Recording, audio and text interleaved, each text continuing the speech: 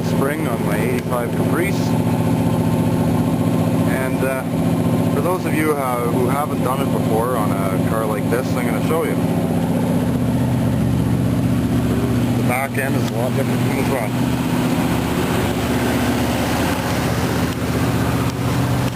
So while that's warming up, I'm going to show you my new parts.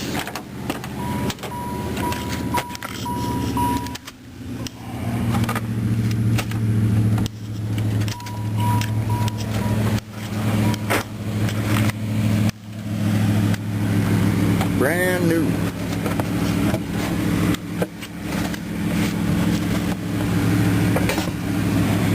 I'm telling you, this car's getting the royal treatment.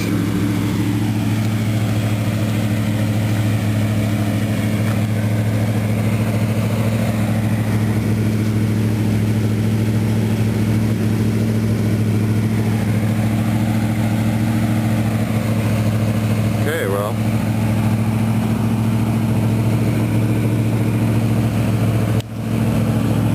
choke off on this and get started.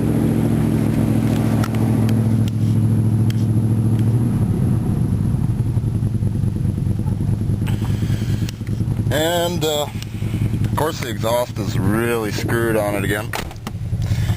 Yeah, I guess $350 isn't enough money to get an exhaust job, so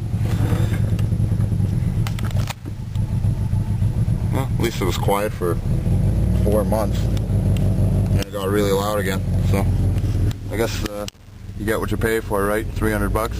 Fuck.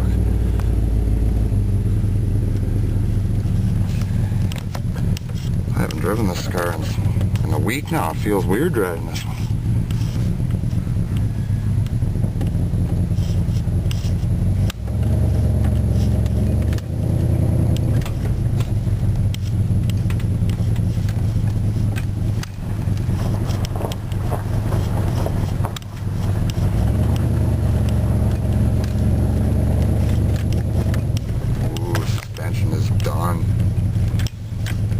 Bouncing all over the place.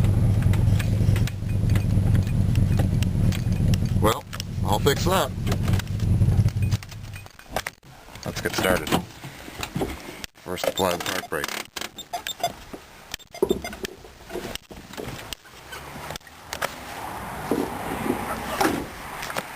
Okay, so the first step, changing one of these. I've done this so many times before. The rear is a lot harder, or the front is a lot harder than the rear, I can tell you that. The rear, you need a spring compressor.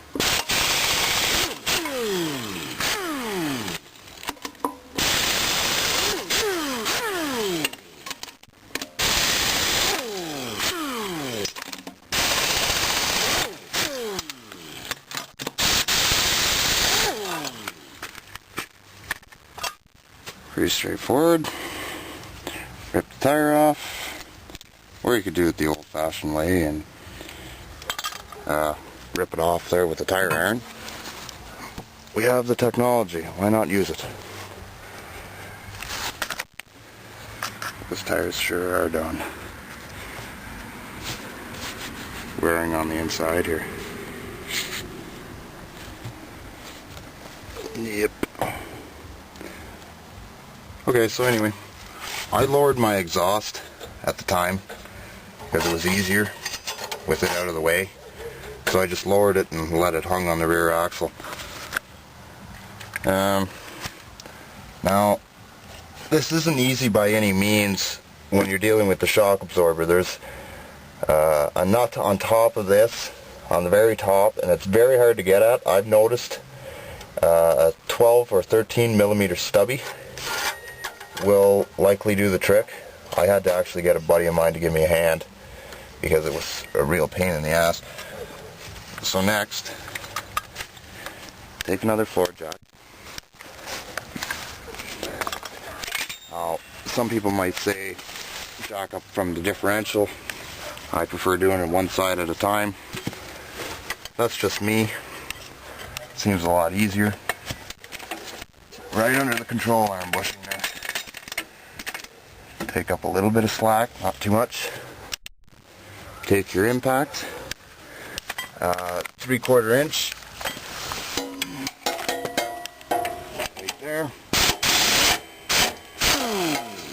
just like that, and then pull your shock absorber out.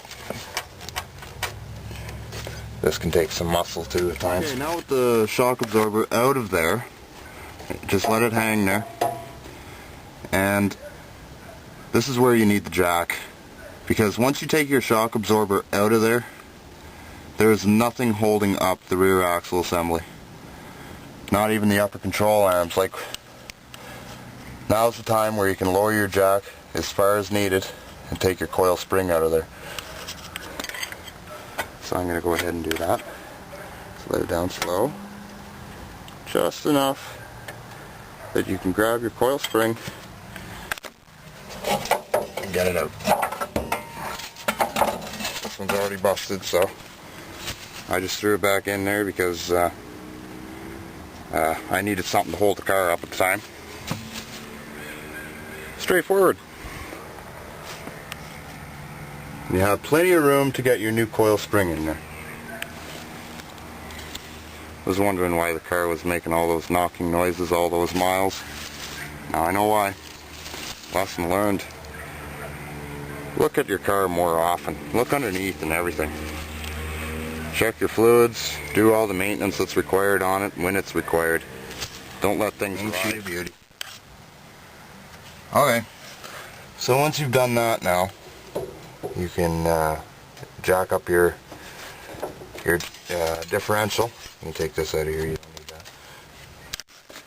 And oops, bring it up high enough that you can get your shock absorber back in.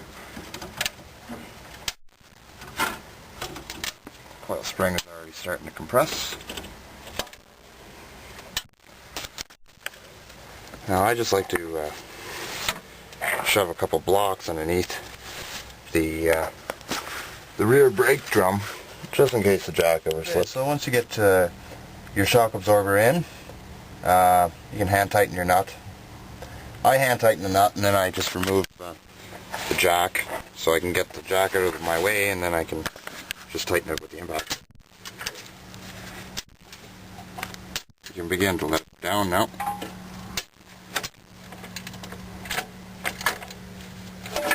Remove your jack.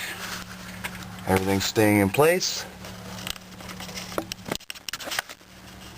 And now we can go ahead and tighten up our shock absorber.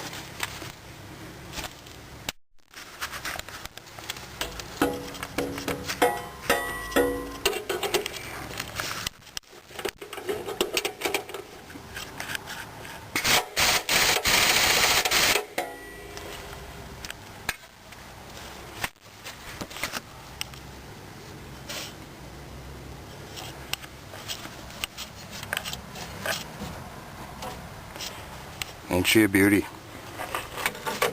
Okay, now we can go ahead and put our tire back on, and we can get started on the other side.